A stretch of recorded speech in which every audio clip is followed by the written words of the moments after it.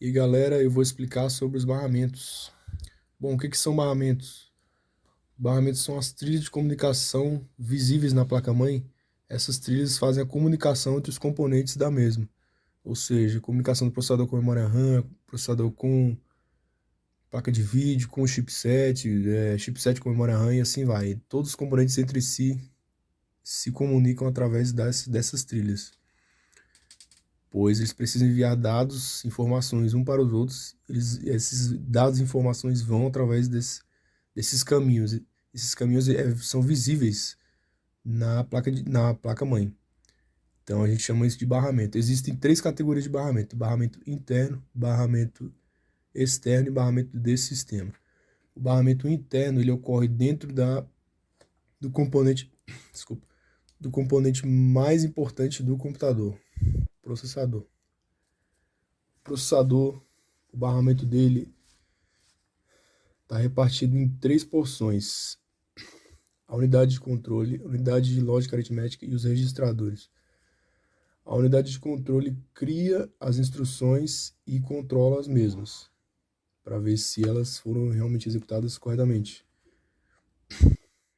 Ela envia as instruções para a unidade de lógica aritmética, que ela executa essas instruções e também faz todas as operações de soma, de operações lógicas, né? Soma, divisão, multiplicação, subtração, etc. Depois que processa e executa essas instruções, envia para os registradores. Os registradores são pequenas memórias dentro do processador. Bom, finalizado o barramento interno, que é o barramento dentro do processador, agora a gente tem o barramento de sistema. O barramento de sistema ele é subdividido em três subcategorias: o barramento de endereços, o barramento de controle e o barramento de dados. O barramento de endereços são todas as vias, todas as trilhas que a gente vê na placa-mãe. Por essas vias percorrem os endereços de memória e cada endereço de memória contém os dados, as informações e as instruções que o processador enviou. Os endereços são indicados por os dígitos binários, então eles vão alternando entre 0 e 1, os endereços de memória. É importante mencionar também que o barramento de endereços ele é unidirecional, ou seja, ele só envia ou só recebe, um de cada vez. Ele não faz envio e recebimento simultaneamente. E também é importante salientar que ele aloca os endereços e também ele desaloca à medida que não forem mais sendo usados os programas e os arquivos forem fechados também. Ele vai desalocando, ou seja, vai limpando a memória. Então, o barramento de endereços são as trilhas por onde passam os endereços de memória RAM. E esses endereços contêm os dados e as instruções do processador. Mas no momento que o processador comandar uma busca de dados em determinado endereço, aí vai entrar o barramento de controle. Agora entra o barramento de controle. Por essas vias do barramento de controle é que os dados são coordenados e guiados através de pulsos elétricos. Mas quando o processador requisita os dados, eles vão vir pelo barramento de dados. E aí o barramento de dados ele é bidirecional, ou seja, ele envia e recebe ao mesmo tempo. O barramento de controle, ele só envia ou só recebe, um de cada vez. Ele não é simultâneo igual ao barramento de dados. Bom, finalizado aqui o barramento de sistema, agora a gente vai para os barramentos externos. Bom, agora os barramentos externos ou os barramentos de expansão são as placas externas que a gente conecta na placa-mãe. Por exemplo, uma placa de vídeo off-board, uma placa de rede off-board, antigamente uma placa modem, né? Placa de rede, placa para fax, etc. Primeiro barramento de expansão, o ISA, Industry Standard Architecture, criada pela IBM no início dos anos 80. Inicialmente possuía 8 bits, depois evoluiu para 16. A frequência dela era uma frequência muito baixa, de 4,77 MHz. E ela trabalhava com processadores Intel 286, que na época era a novidade. Era um barramento bem lento. Depois surgiu o EISA, Extended Industry Standard Architecture. Agora já trabalha com processadores 386 e 486, evoluiu para 32 bits, aumentaram as linhas de contato deles e agora evoluiu para uma frequência de transmissão de dados de 8 MHz. A evolução do EISA foi o VLB. VLB veio de VESA. VESA era uma empresa Video Electronics Standard Architecture. Então, VESA Local Bus surgiu em 1992 e era um barramento que já tinha evoluído para 32 bits de taxa de transferência de dados e a frequência de transferência de dados já estava em 33 MHz, podendo chegar até 50 MHz.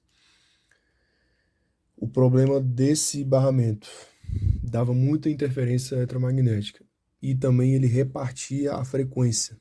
Vamos supor, o usuário tinha 3 slots para encaixar lá a sua placa de vídeo, a sua placa modem, etc. Ele conectava os 3, se a frequência máxima era 50 MHz, então ele repartia os 50 para os 3. Não ficava 50 MHz para cada um. Cada um ficava com um pedaço de 50 MHz, então isso deixava mais lento. O VLB ele foi arquitetado para placas de vídeo, né? Pois a VESA era uma empresa focada em gráficos, em placas gráficas, né? Mas por conta dos problemas de interferência eletromagnética e de repartir a frequência de cada slot, então foi descontinuado. A evolução do VESA foi o famoso PCI, Peripheral Component Interface. PCI surgiu no meados dos anos 90. Ela ia de 32 e 64 bits. A taxa de frequência de transferência de dados já era de 33 MHz e ela já era capaz de transferir 133 megabytes por segundo. Ela tinha uma tecnologia chamada Plug and Play, que bastava conectar a placa no slot PCI que a placa-mãe reconhecia imediatamente. Como assim? Os barramentos antigos, quando você conectava uma placa no barramento de expansão, você tinha que instalar manualmente os drivers, né? São os pequenos softwares que vão controlar aquele componente externo. Então o PCI já veio com essa tecnologia, essa novidade de plug and play. Conector ele já reconhece imediatamente. O PCI infelizmente não deu certo porque ele trouxe uma desvantagem parecida com a desvantagem do VLB. O VLB ele repartia a frequência da transferência de dados. O PCI repartia a taxa total de transferência de dados. Então você tinha vários slots PCI conectados com placas PCI. O total de transferência de dados ele seria repartido entre as placas PCI. Mas infelizmente a AGP foi descontinuada, ela não deu certo. Porque ela foi arquitetada para placas de vídeo. Então ela, como placa, um AGP com placa de rede, com placa de som, etc., ela não desempenhava tão bem quanto um PCI. Então eles trouxeram o PCI Express.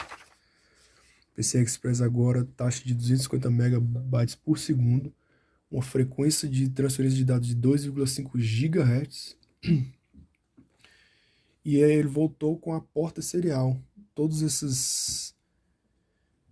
Muitos desses barramentos estavam já com a porta paralela, mas o PCI voltou, o PCI Express voltou com a serial pelo seguinte motivo: a porta paralela trazia muita interferência eletromagnética, então atrapalhava o desempenho dos slots, né, das placas. Então eles trouxeram de volta a conexão serial nas placas com conexão PCI Express, mas eles aprimoraram. Então era uma conexão serial que enviava 4 bits por par de fios. Era hot plug, ou seja, você poderia conectar e desconectar a placa enquanto estava ligado o computador. E ele tinha tinha vários tipos de PCI Express. PCI Express X1, que era bem pequeno, e até o PCI Express X32. Havia as modalidades de PCI Express. A PCI X1 fazia 250 megabytes por segundo de transferência de dados. A X2, 500 MB. X4, 1000 MB por segundo. X8, 2000 MB, ou seja, 2 GB. A PCI Express X16, 4 GB por segundo. E a X32 era capaz de enviar 8 GB por segundo de transferência de dados.